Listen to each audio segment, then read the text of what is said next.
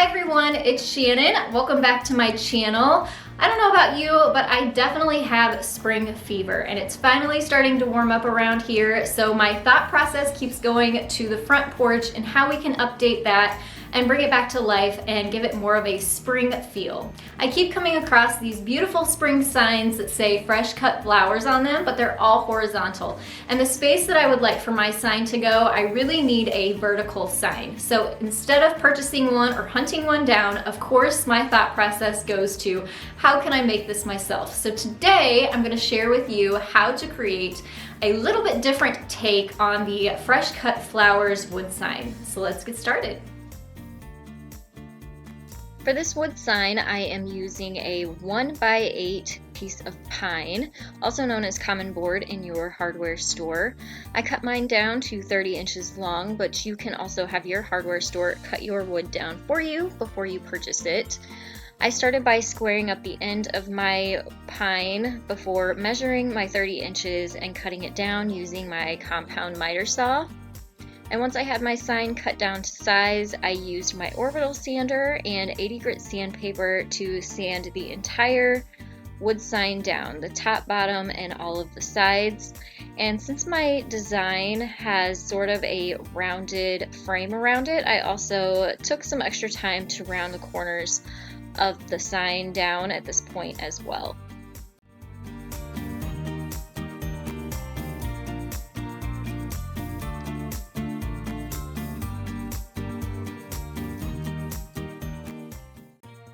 My piece of pine actually had some pretty good knots in it, ones I did not want to see through the paint, so I took the time here to use some Minwax wood filler and a putty knife, and I just filled those knots in with the wood filler and then let them sit for about an hour before I came back in and resanded the tops where the putty was to get a smooth finish on my wood sign.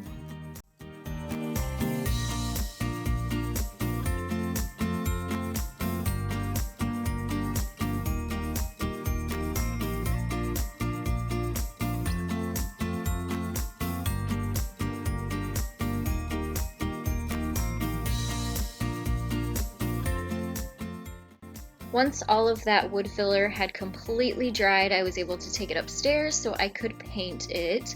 I'm using Waverly chalk paint in the color white and a foam paintbrush for this. And I gave my wood sign 2 coats of the white chalk paint, letting it dry in between coats. The great thing about chalk paint is that it dries very quickly, so this process doesn't take very long at all.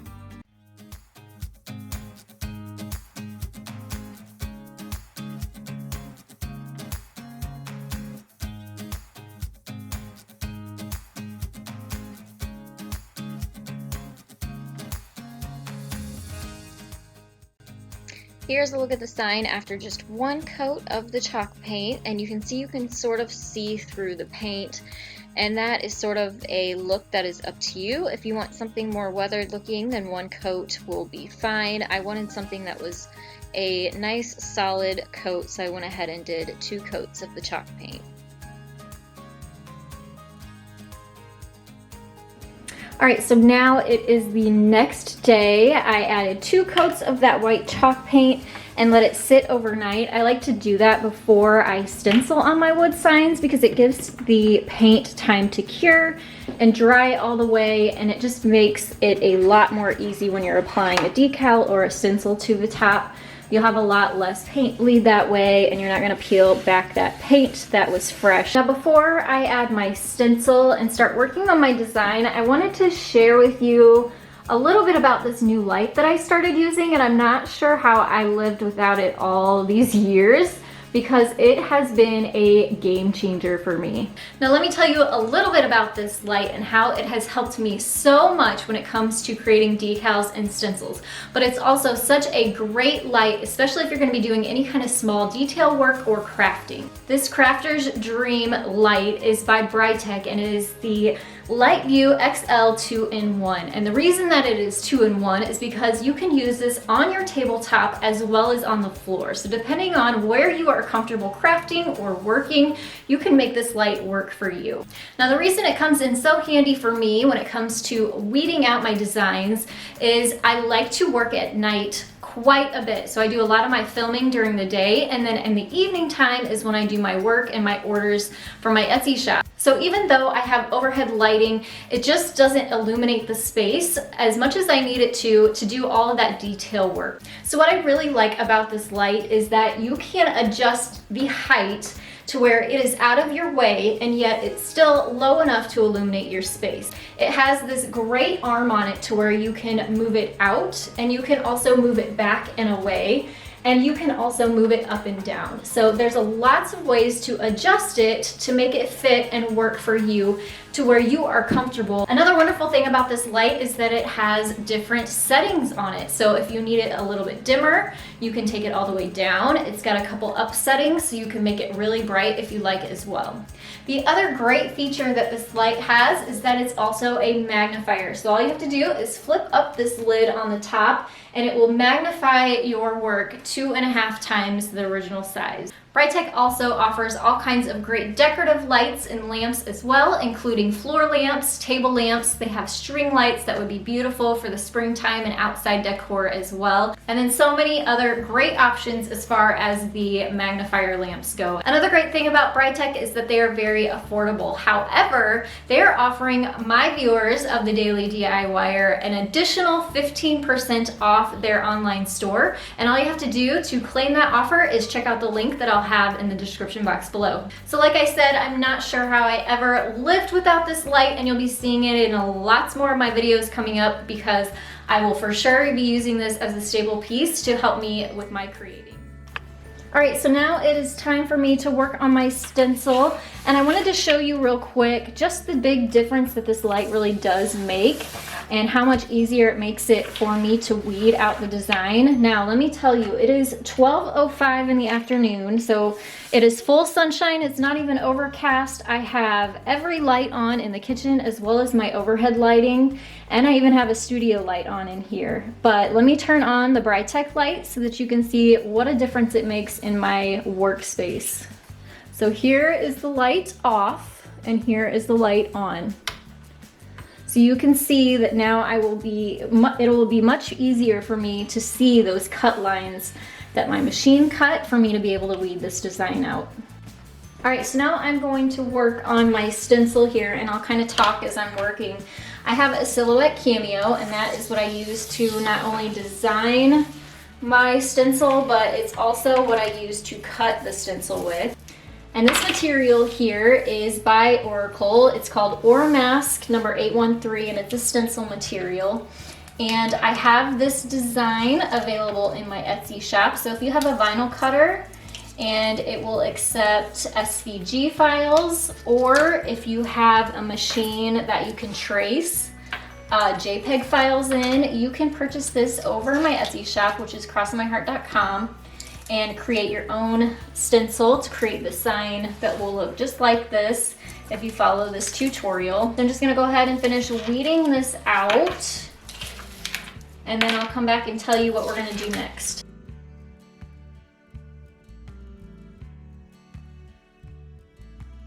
And here's a close-up look at my stencil. If you purchase that cut file, you could even create this and use it as a decal and use Oracle vinyl instead and make it whatever color you'd like even. And you can resize this down to make it bigger or smaller if you'd like. Today I'm using the Oramask since this is going to go outside.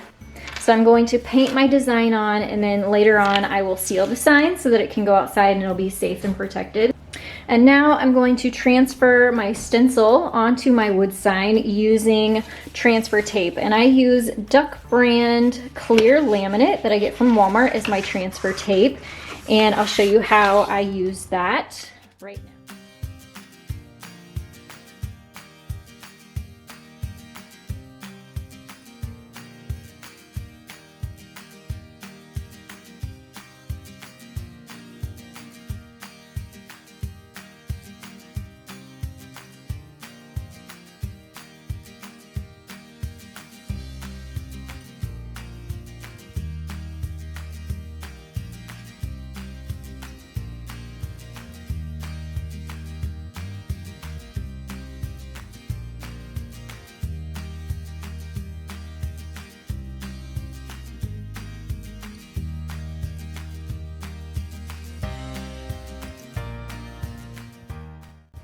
right, so here is a close-up look at my stencil, and it's all applied.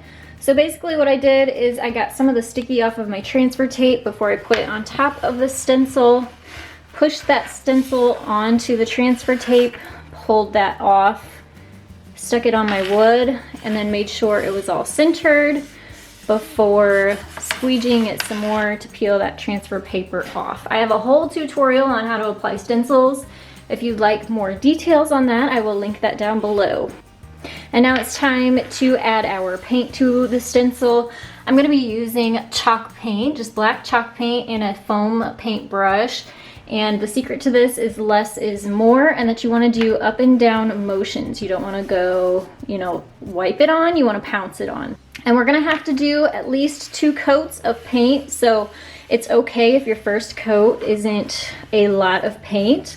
You want to let your paint dry in between coats, because that is going to help sort of seal your edges. So if you do a thin first coat, you're going to get less paint bleeds. Number one, because your paint isn't so thick that it's filtering underneath your stencil, but also it's going to sort of act as a glue to glue down your edges of your stencil. So your next coat you can do just a little bit thicker and get better coverage. So I'm going to go ahead and add 1 coat of the black, let it dry, and then I'll come back and do the second coat of black.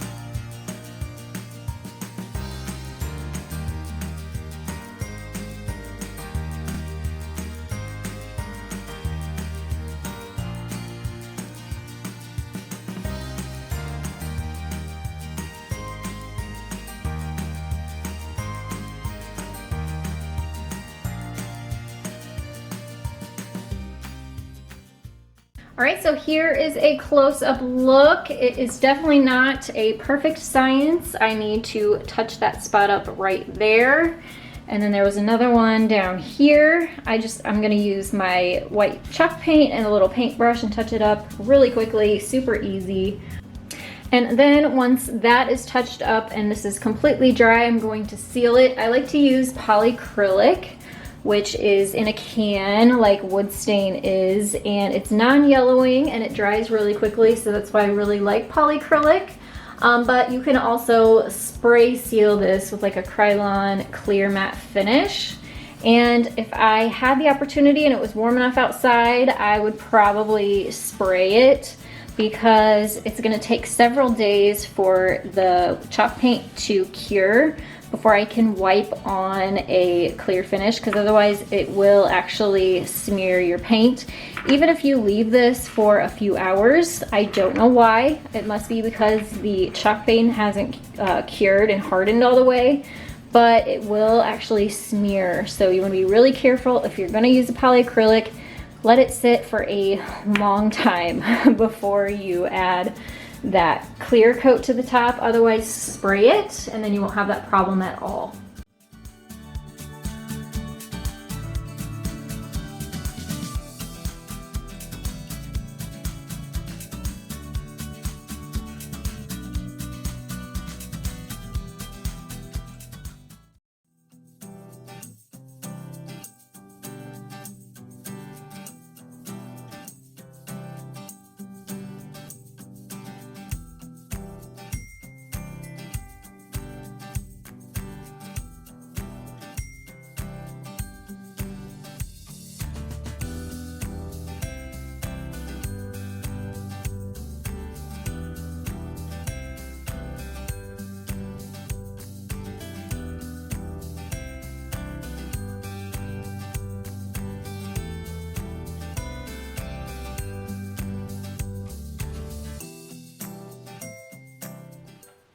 Thank you all so much for joining me again for today's tutorial. Don't forget to check the description box below where you can find that discount code to Brightech and all their amazing lights.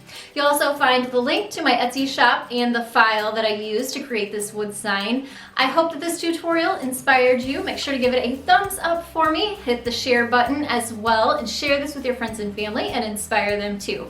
And if you aren't already, I hope you will subscribe and stick around as I bring you new DIYs, tutorials, and new inspiration every single Monday, Wednesday, and Friday right here on my DIY YouTube channel, The Daily DIYer. Thank you all so much again. I'll see you next time.